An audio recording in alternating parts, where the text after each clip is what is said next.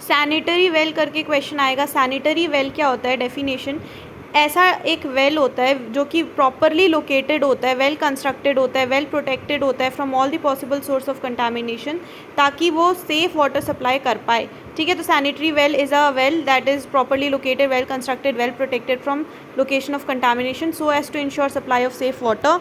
यहाँ पे points to be kept while you are constructing a sanitary well, क्या क्या पॉइंट्स ध्यान में रखना है, लोकेशन उसकी ध्यान में रखो, लाइनिंग, ठीक है, पैरापेट वॉल प्लेटफॉर्म उसका कैसा होना चाहिए, ड्रेनिंग एरिया प्रोवाइड होना चाहिए, कवरिंग होनी चाहिए सैनिटरी वेल की, हैंड पंप भी एक होना चाहिए। तो लोकेशन कहाँ पे होना चाहिए, तो 50 फीट के डिस्टेंस पे होना चाहिए from the source of contamination and it should be located at higher elevation. Lining जो होती है वो ब्रिक स्टोन से उसको लाइन करके रखो एटलीस्ट 20 फीट तक। ठीक है, उसके बाद जो लाइनिंग है it should be carried 3 feet above the ground.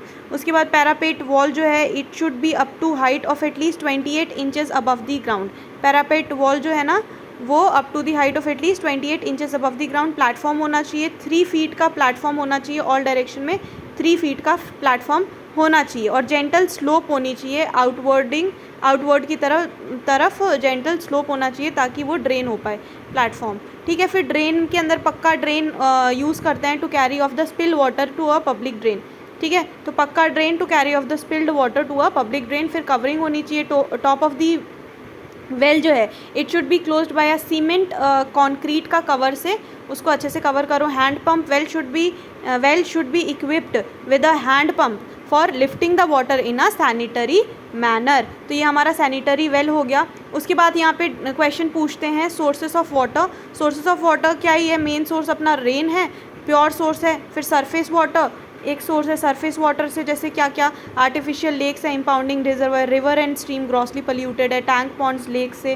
Ground water भी एक सोर्स है, shallow well, deep well, springs वगैरह। तो शैलो वेल और डीप वेल में क्या डिफरेंस है, शैलो वेल जो है ना वो वाटर आता है from the first impervious layer in the ground से और यूजुअली ये हैंड डग होता है, फ्यू मीटर्स डीप होती है, लाइबल टू पोल्यूशन क्योंकि water from the first impervious layer से ही वाटर आ रहा है, तो liable to pollution and dry हो जाती है समर के अंदर। और डीप वेल जो है ना वो वाटर अराइज हो रहा है from below the first impervious layer in the ground से। यूजुअली इसको निकालने के लिए मशीन डग रिक्वायर्ड है, सेवरल 100 मीटर डीप होती है और satisfactory source of water supply, constantly supply यहाँ पे वाटर होता है, ड्राई नहीं होता है। ये डिफरेंस हो गया डीप एंड शैलो वेल के अंदर। ठीक है, फिर उसके बाद देखो यहाँ पे वाटर पोल्यूशन देखें तो kind of water impurity, natural impurity जो है वो नेचुरल इम्प्योरिटीज़ की वजह से हो सकता है, ह्यूमन एक्टिविटीज़ की वजह से हो सकता है इम्प्योरिटी।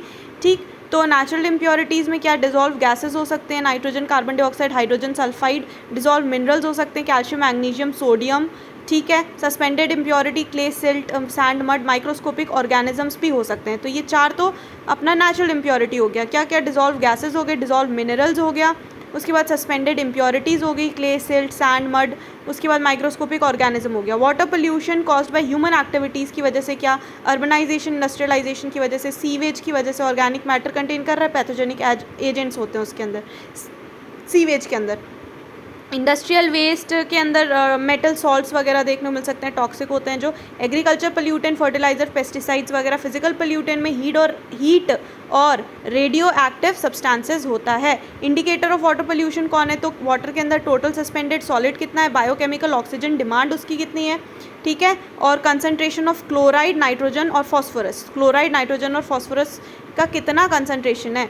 ठीक है, water prevention control of pollution, water prevention and control of pollution act कब आई थी, 1974 के अंदर आई थी, prevention and control of pollution.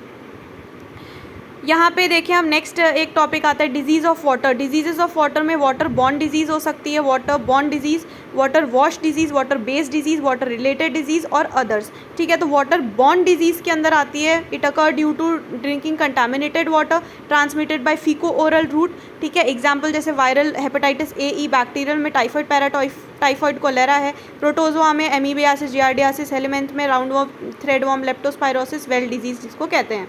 Water borne complete हो गया। वाटर वॉश्ड डिजीज़ के अंदर infection to outer body surface के अंदर होता है इन्फेक्शन यहाँ पे, why due to improper hygiene की वजह से, इम्प्रॉपर हाइजीन और इनएडिक्वेट यूज़ ऑफ वाटर की वजह से। इसमें क्या आउटर बॉडी के अंदर इन्फेक्शंस हो रहे हैं तो एग्जाम्पल्स क्या है, स्केबीज़ है, ट्रैकोमा है, टाइफस है, कंजंक्टिवाइटिस है। स्केबीज़, ट्रैकोमा, टाइफस और कंजंक्टिवाइटिस किसका एग्जाम्पल है, वाटर वॉश्ड डिजीज़ का।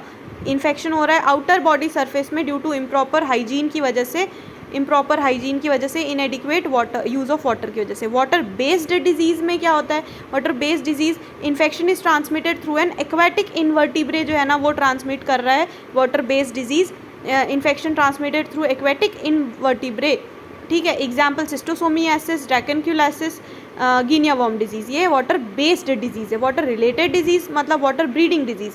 अब यहाँ पे इन्फेक्शन स्प्रेड हो रहा है इंसेक्ट से which depend on the water. Infection is spread by the insect that depend on the water. Example malaria, filaria, dengue, yellow fever, onchocerciasis, ठीक है। Malaria, filaria, dengue, yellow fever, onchocerciasis water related disease हैं ये, ठीक है, water breeding disease हैं। Others में क्या हो सकता है, अदर्स के अंदर heavy metal, dye, bleaching agent, solvents वगैरह। फ्लोराइड 1 mg पर litre protect against dental carry, but अगर यही फ्लोराइड हाई हो गया तो मॉटलिंग हो जाएगी डेंटल इनेमल की। Hardness of water is beneficial against cardiovascular disease. तो ये हो गया हमारा वाटर डिजीज़ ऑफ वाटर के बारे में।